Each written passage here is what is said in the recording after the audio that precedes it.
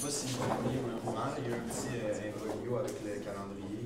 Non. Il a supprimé la dernière version. La nouvelle version PowerPoint. OK. On avait pas eu le temps de faire le calendrier. Quand on l'a fait, quand il est arrivé pour sauvegarder, ça l'a supprimé. Bon. Bref, l'erreur est humaine, donc c'est pas grave. Là, mais On voulait juste juste tenir au courant. Désirez-vous la lecture des règlements en français ou en anglais? En français, c'est Bienvenue au Happening Marketing 2016. Pour débuter, j'aimerais que vous me confirmiez que vous êtes bien l'équipe B. Oui. Chaque équipe dispose d'un maximum de 20 minutes pour faire sa présentation. J'afficherai le temps restant à l'aide des cartons indicateurs de 10 minutes, 5 minutes, 2 minutes et 30 secondes. Les 10 dernières secondes vous seront indiquées à l'aide de mes doigts. Une équipe n'ayant pas terminé sa présentation après les 20 minutes se verra arrêtée afin de passer à la période de questions. Une période de questions d'une durée maximale de 5 minutes est allouée au jury à la fin de la présentation. J'aimerais rappeler aux juges qu'au moins une question doit être posée lors de cette période. J'inviterai maintenant les juges à se présenter et ensuite vous pourrez débuter. Je partirai le chronomètre seulement lorsque vous débuterez votre présentation. Bonjour, Michel Lessard, marketing produit chez Voxco. Maison, propriétaire Voxco. Dominique Turcotte, homme d'affaires. François Wood, consultant et enseignant.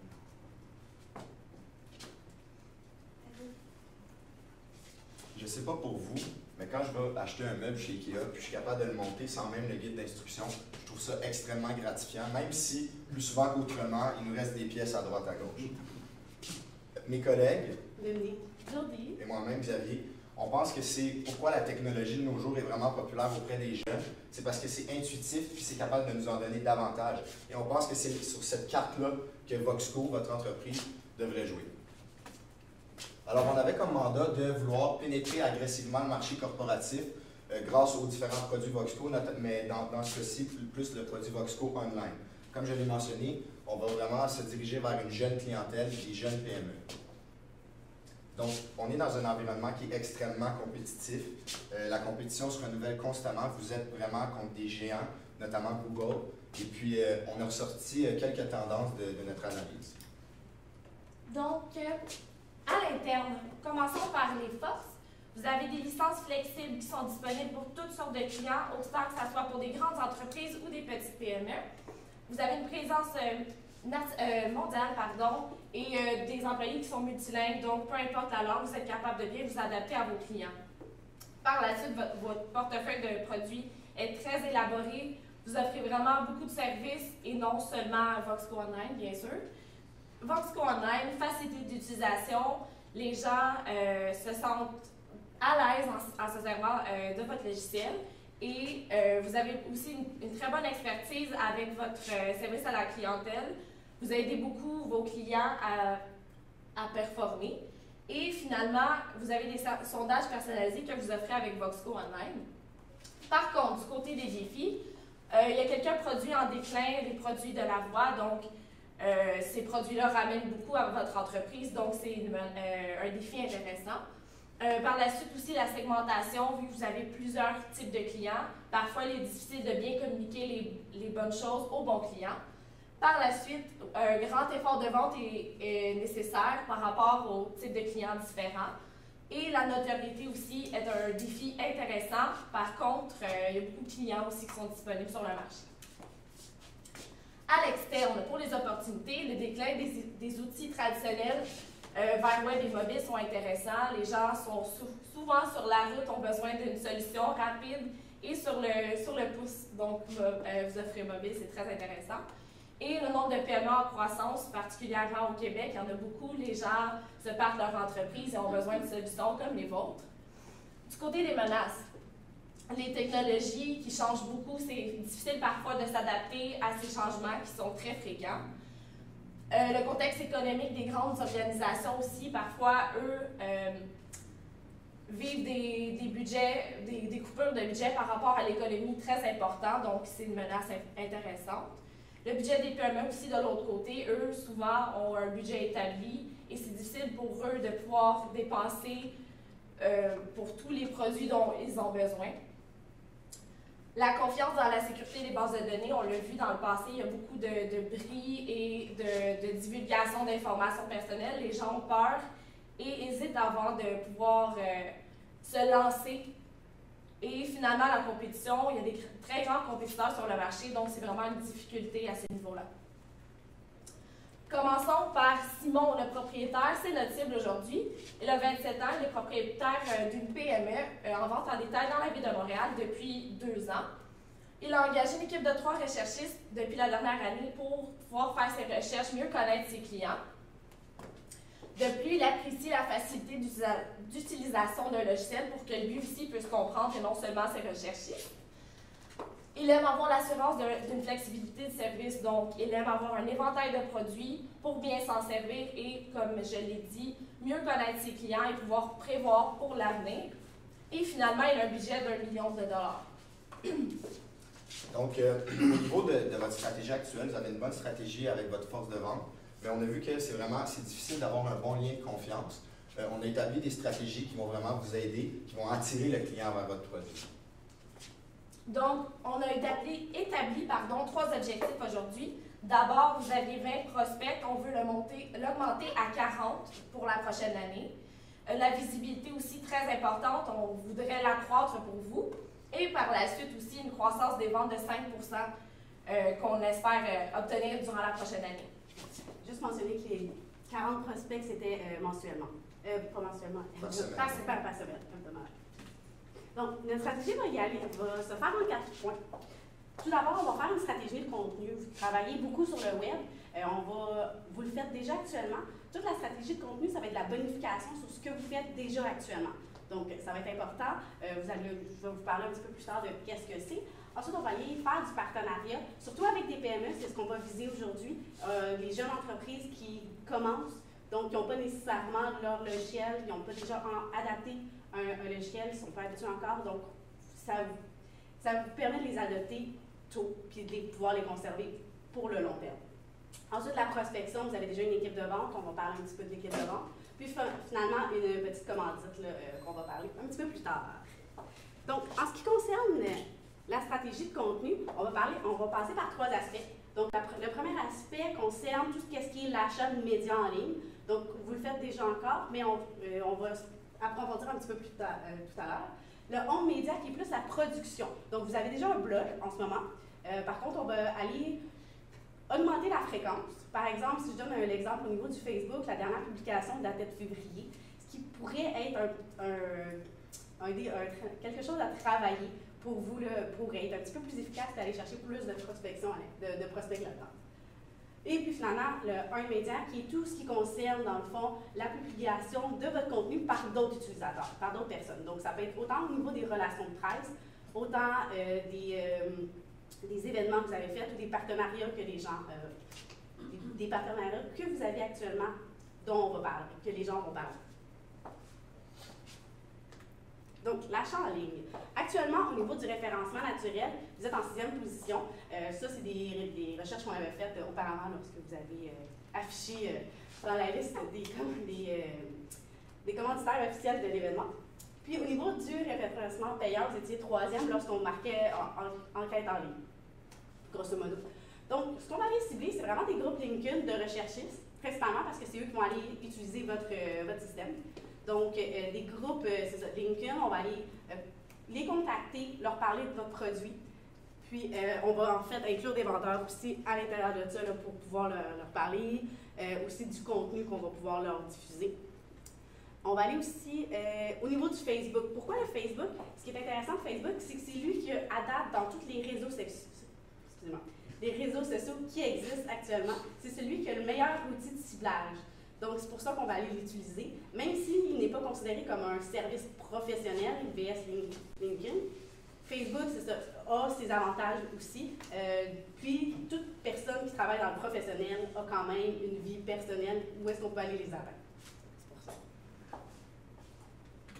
Donc, ce qu'on pourrait faire au niveau du contenu, c'est des checklists, ça ne prend pas grand temps à faire. C'est, dans le fond, des points importants sur lesquels les gens veulent, dans le fond, pourquoi on va avoir un survey de recherche. Eh bien, les sujets qu'il pourrait avoir. Pourquoi connaître sa clientèle est important. Donc là, il y aurait des 10 points pourquoi ça serait important. Ou Voxco, 10 raisons pour les utiliser. Donc, vous vendre vous. Là. Pourquoi vous devriez choisir. Ensuite, des tableaux comparatifs avec les concurrents. Parce qu'on a pu remarquer, en faisant nos recherches, que lorsqu'on regarde nos concurrents, on peut avoir des commentaires sur comment fonctionne le système, tout ça. Puis pour vous, c'est un petit peu plus difficile de trouver les avis des gens. Puis les avis sont importants. Surtout en ce moment, on regarde beaucoup les avis, savoir comment ça fonctionne. Est-ce que les gens ont apprécié l'expérience? Puis finalement, un bouton « Contactez-nous », ça, c'est, dans le fond, ce qui est le but, c'est vraiment d'aller augmenter la prospection. Donc, à la fin d'une checklist, vous avez un bouton, vous cliquez, puis ça vous permet, dans le fond, d'inciter le client à venir vous contacter pour avoir plus d'informations ou pour, dans le fond, avoir un premier contact là, au niveau des prix, quoi que ce soit. Donc, c'est vraiment faire un incitatif au client de vous contacter. Donc, des petits courts articles. Des courts articles, donc, c'est une page d'environ, ce sera peut-être 500 caractères. On parle de, bon, des titres possibles là, qui pourraient être utilisés. Mieux connaître son marché. Optimiser votre data. Donc, ce qui est très important actuellement, surtout dans le web, c'est le data. Donc, c'est les recherches qui vont aller se faire le plus souvent. Donc, on va aller être cherché facilement dans le référencement naturel. Cibler mieux. Donc, c'est vraiment des mots qui portent à l'action, puis qui vont permettre, c'est ça, un meilleur référencement naturel, comme je vous dis, puis de la donner en temps réel. Donc, c'est vraiment des titres plus invitants pour les gens. Encore une fois, à la fin de ce petit court article, un moment qui vous indique là, que vous pouvez nous contacter, excusez-moi.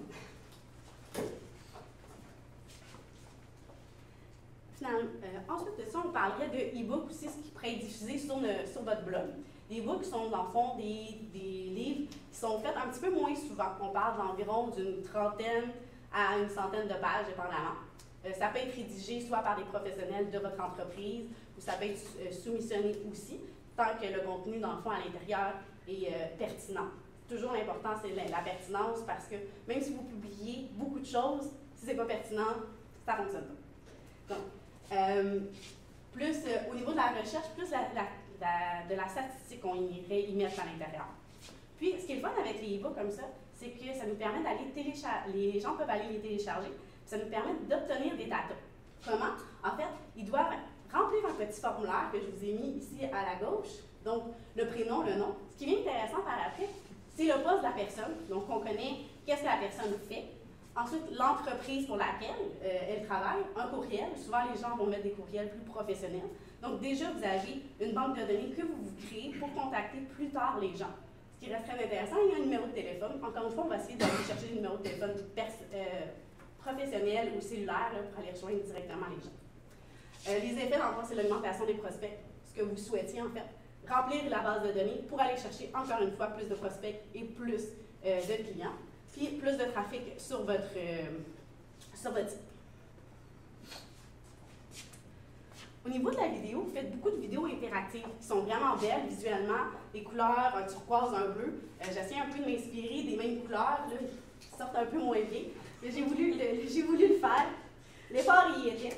Mais, par contre, qu'est-ce qu'on pourrait y ajouter encore une fois? C'est toujours des call to action, si vous pouvez me permettre anglicisme, qui, dans le fond, dirait à la fin de la vidéo, partagez-nous, aimez-nous. Donc, juste ce petit ajustement-là, à la fin, peut faire un grand changement. Parce qu'au niveau des réseaux sociaux, tout ce qui était Facebook, même LinkedIn, c'était votre plus gros. Vous aviez quelques milliers de personnes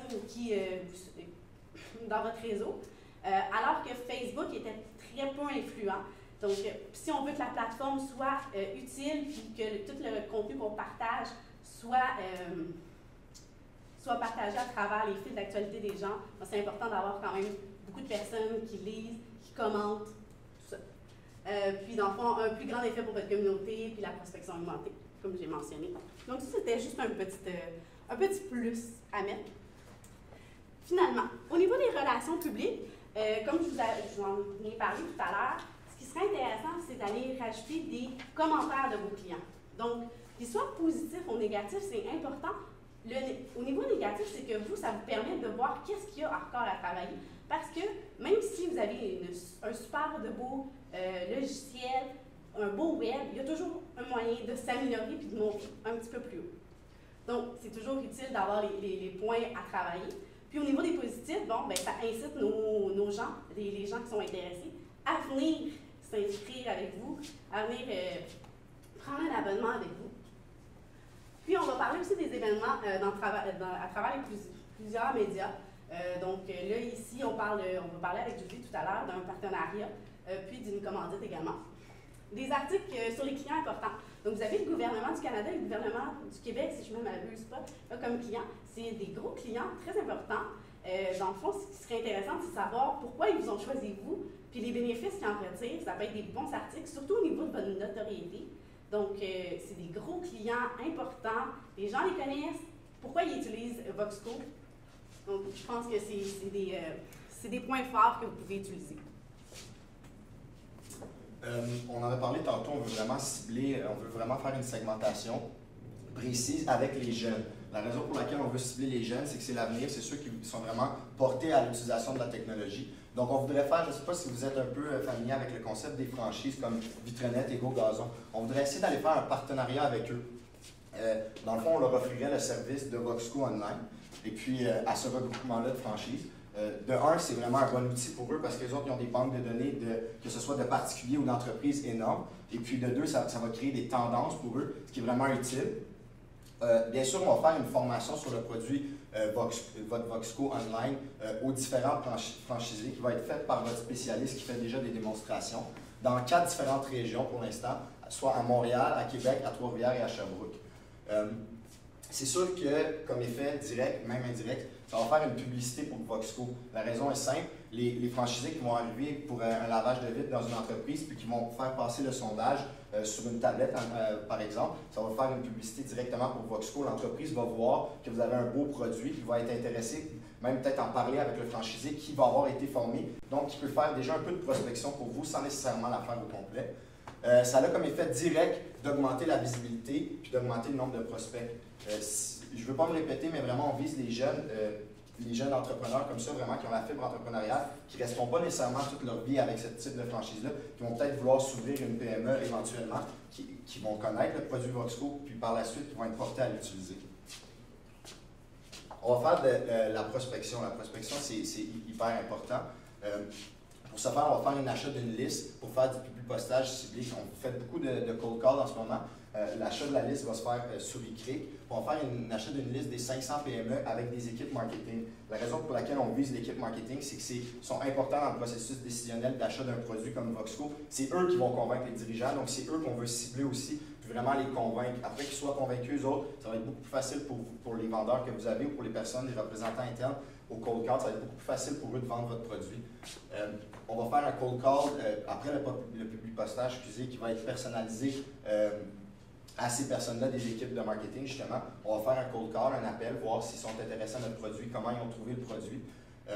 On va faire, pour ce faire, c'est rapido, presto, on ne savait pas la structure de vos employés, ni comment vous les rémunériez, mais c'est sûr qu'on aimerait ça faire une bonification des salaires des spécialistes en interne avec le restant d'un budget qu'on va avoir à la fin.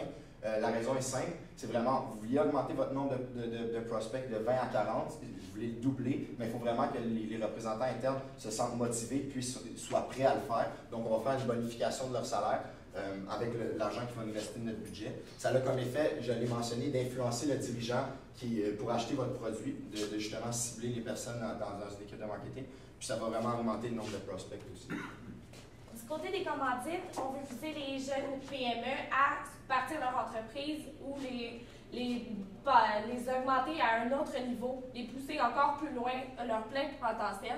Donc, on parle d'un projet pilote pour 3 villes, donc Québec, Montréal et Toronto, durant la première année. Et ce qu'on veut, c'est vraiment sélectionner 5 entreprises qui sont motivantes, qui sont encourageantes et qu'on croit qu'ils ont beaucoup de potentiel à l'avenir. Donc, on croit que le fait de les pousser à gagner avec un grand prix de 20 000 avec un an d'abonnement au service Voxco Online pourrait les encourager à acheter le restant de vos produits, donc le service multimode. Donc, on veut commencer avec un Voxco Online, mais aussi voir qu'est-ce qu'ils pourraient acheter plus loin durant leur avenir. Et on sait aussi que, vu qu'ils ont des petits budgets, ils font beaucoup de pay as you go. Donc, ce serait très intéressant de voir qu'est-ce qu'ils pourraient faire avec vous à l'avenir. Pour la mise en œuvre, je l'ai dit, c'est un marché qui est extrêmement compétitif. Il y a des géants comme Google, excusez-moi, qui s'en viennent dans le domaine des sondages. Là. Ils ont des outils hyper performants, puis ils ont un énorme budget. Donc, c'est important de vraiment mettre nos stratégies en œuvre le plus rapidement possible, c'est-à-dire dans les prochains mois. Donc, je vous l'ai mentionné tantôt, là, il y a eu une petite erreur. Donc, on a mis ça par point. Pour ce qui est de la stratégie web que Dominique vous a parlé, on va engager l'agence web Vortex. Ça va être tout au long de l'année. Ils vont faire vraiment votre stratégie de contenu. Pour ce qui est des événements à Montréal, Toronto, Québec, on a décidé de choisir les mois de juin, juillet, août pour les commandites des startups. Pour la bonification des salaires, ça va être à la fin de l'année. Donc, en général, si l'équipe de représentants internes réussit à garder une moyenne de 40 prospects par semaine, on va vraiment leur allouer une partie de notre budget à leur bonification des salaires. L'achat de la liste, ça va se faire dès maintenant, au mois d'avril. On veut y aller le plus rapidement possible pour augmenter vraiment d'entrée de jeu notre nombre de prospects. Puis on va vraiment, excusez-moi, pour la formation du logiciel, pour la formation sur votre produit Voxco Online, vraiment on compte le faire dès le mois d'avril aussi. Donc, voici notre budget pour la stratégie de contenu, 20 000 $, le partenariat 30 000 $, la prospection 23 000 $, et puis les commandites 38 000 $ par événement, pour un total de 187 000 $. On compte avec votre moyenne, puis on compte vraiment avoir une croissance des ventes de 5 %. On compte pouvoir aller chercher 104 nouveaux clients, nouvelles PME.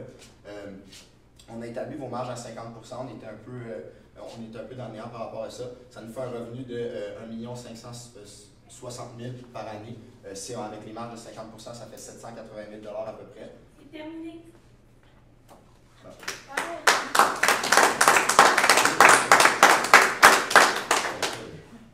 Bravo, c'est beaucoup d'informations en peu de temps. Des très belles suggestions, des belles initiatives. Il y a plusieurs choses qu'on fait déjà, puis comme vous avez dit, c'est comme dans un autre niveau. Si on regarde, le persona était très clair. Vous avez mentionné 1 million, dans votre persona, il y avait 1 million de budget. C'était... En fait, c'est son entreprise, sa PME génère 1 million. Votre produit... Son chiffre d'affaires. Oui, exactement. Le chiffre d'affaires du client, exactement. Ça a comme mal été... c'est vraiment le chiffre d'affaires de la PME. Donc, son budget est serré, mais peut-être qu'avec un outil comme le vôtre, là, c'est vraiment, il va pouvoir créer des tendances puis savoir c'est quoi que le marché lui propose. Donc, vraiment, c'est un outil qui est intéressant. Puis c'est vraiment ce genre de personnes-là qu'on veut cibler. Votre stratégie est limitée au Québec?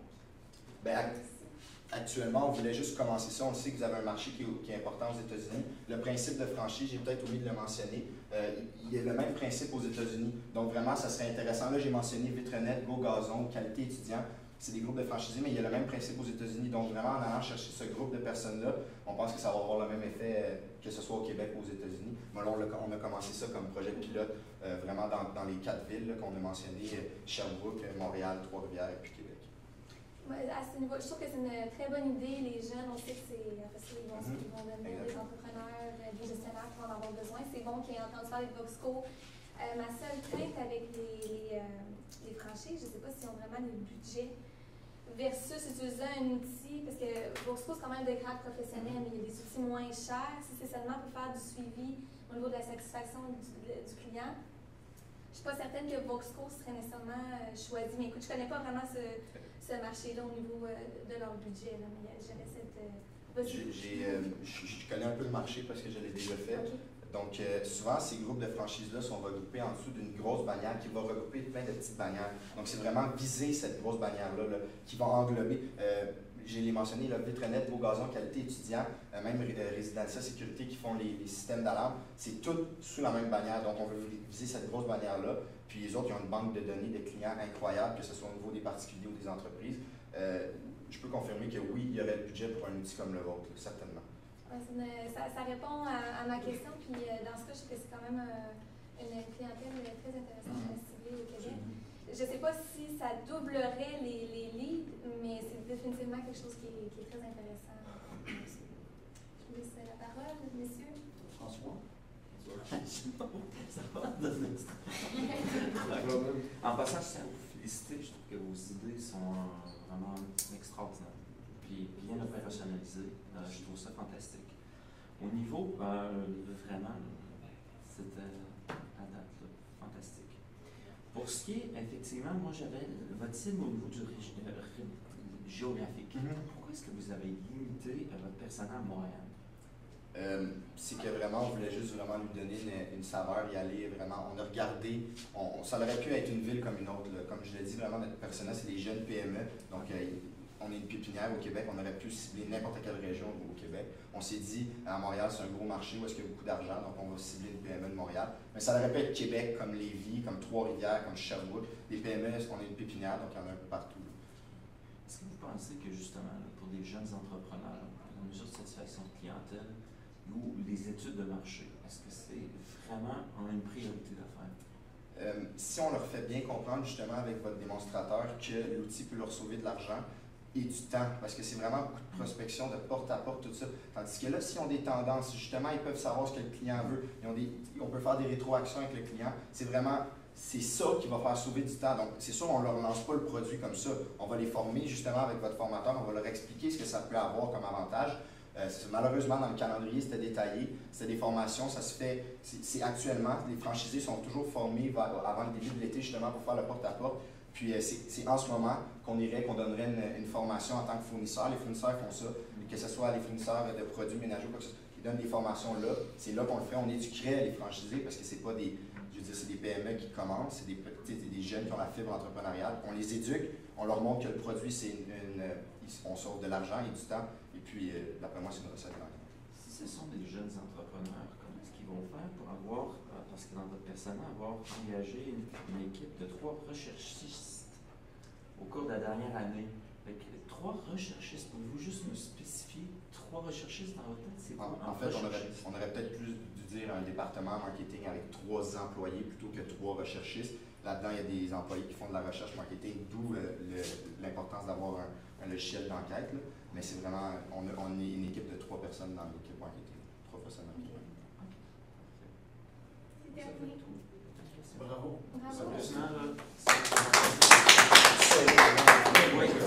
Ça rentre en sortant.